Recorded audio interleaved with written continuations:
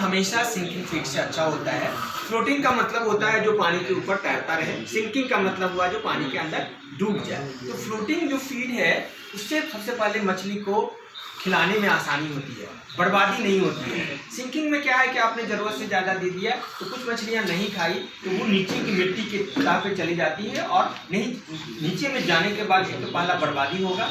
दूसरी परेशानी क्या है कि चूँकि प्रोटीन ज़्यादा होता है तो प्रोटीन ज़्यादा होने के कारण उसमें अमोनिया का फॉर्मेशन होना शुरू होता है। जब वो डिग्रेड करता है अमोनिया होते हैं, उसमें खाद बनेगा, आपके अंदर वीट भी ज़्यादा डेवलप करने लगेंगे, वाटर की क्वालिटी खराब हो जाएगी, पीएच खराब हो जाएगा, वाटर में अमोनिया का लेवल बढ़ जाएगा। ये चीज़ हो गया।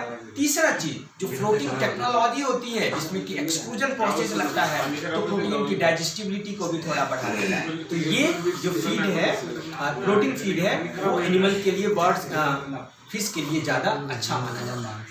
तीसरा, अगर बर्बादी कम हो गई तो किसान का क्या हुआ, खर्चा कम हुआ। मछलियों ने जो आपने खिलाया पूरा का पूरा आपको पता चल रहा है कि इतने मछलियों ने खा लिया। तीसरा चीज, जब हम एक्सपेरिमेंट करते हैं तो हमें पता चलता है कि अगर मान लीजिए जैसे अभी हम आपको बात कर रहे थे कि 8% 10% देना चाहिए, आप मान लो कि 20% आपने दे दिया, आपको पता चल जाएगा कि मछलियों ने खाया या नहीं खाया, जबकि सिंकिंग में आपको कुछ पता ही नहीं चलेगा कि कितना खाया। इसलिए हमेशा जो फ्लोटिंग फीड है वो ज़्यादा बेहतर है। अच्छा, इसके मुकाबले खली जैसे खिलाते हैं, राइस पुलिस खिलाते हैं, वो क्या बेटर रहता है? नहीं, इसके मुकाबले अगर आपने केवल खली दिया तो खली में जितने भी तरह की खली है, खली का मतलब होता है कि कोई भी जैसे सरसों की खली है तो तेल वाला सीड जो होता है उससे निकाल लेंगे, उसमें प्रोटीन बचता है। जैसे सरसों की खली में 35% प्रोटीन है, 32%। लेकिन किसी भी फिश को, किसी भी मछली को केवल प्रोटीन नहीं चाहिए, उसको एनर्जी भी चाहिए, यानी कार्बोहाइड्रेट भी चाहिए, फैट भी चाहिए, मिनरल भी चाहिए, विटामिन भी चाहिए, फाइबर भी चाहिए। तो आप जो केवल देते हैं तो उससे केवल प्रोटीन मिलता है। दूसरा, सरसों की खली में एक हानिकारक चीज है जिसको कहते हैं ग्लूकोसिनोलेट्स, जिसको एंटी न्यूट्रिशनल फैक्टर या जहर भी कह लीजिए। वो किसी भी एनिमल को जरूरत से ज़्यादा अगर में आ जाए तो वो बाद में शरीर में मेटाबोलाइज होके आयोडीन को बांध देता है, और आयोडीन के कमी से, जिसको कहते हैं बीएमआर कंट्रोल करना, बीएमआर में परेशानी होती है, बीमारियां शुरू हो जाती है और मछली की ग्रोथ नहीं होती है। तो ये सरसों की खली अकेला देना कभी भी अच्छा नहीं है, क्योंकि उसमें एनर्जी की कमी हो जाएगी, विटामिन मिनरल सारी चीज़ की कमी हो जाएगी। राइस पुलिस के विषय में क्या कहना है आपका?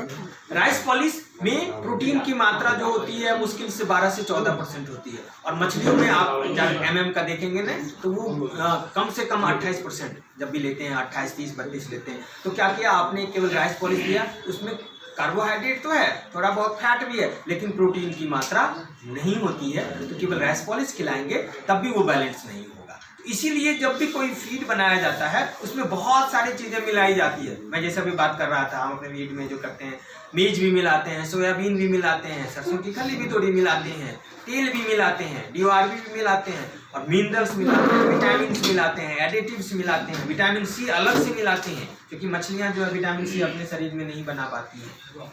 तो ये सारी चीज़ें हम मिलाते हैं, क्योंकि कंप्लीट सब कुछ मिला के वो एक कंप्लीट राशन बन जाता है। अच्छा, ये अपना जो फ्लोटिंग फिश फीड है इसका देने का टाइमिंग के विषय में थोड़ा सा बताइए, कितनी कैसे रहता है? अभी हमने कहा रहे थे कि सुबह में आप 10 से 11 कम से कम 2 बार देना चाहिए।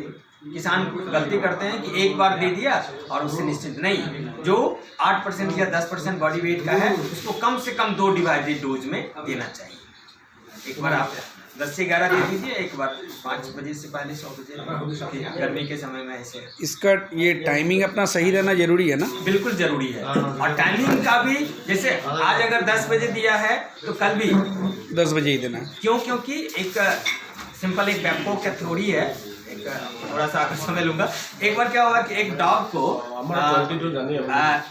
खाना देने के साथ साथ उसको एक घंटी बजाया जाता था। तो 10 बजे खाना दिया और उसको घंटी बजाया, अगले दिन 4 दिन तक उसको खाना दिया गया, 5वां दिन क्या हुआ, उसको खाना नहीं दिया, केवल घंटी बजाया गया, तो उसके मुंह से सलाइवा निकलने लगा। इसको कहते हैं थ्योरी है कि जिस समय खाना देना है उसी समय देना चाहिए, नहीं तो उसके डिस्टर्बेंस से डाइजेस्टिबिलिटी।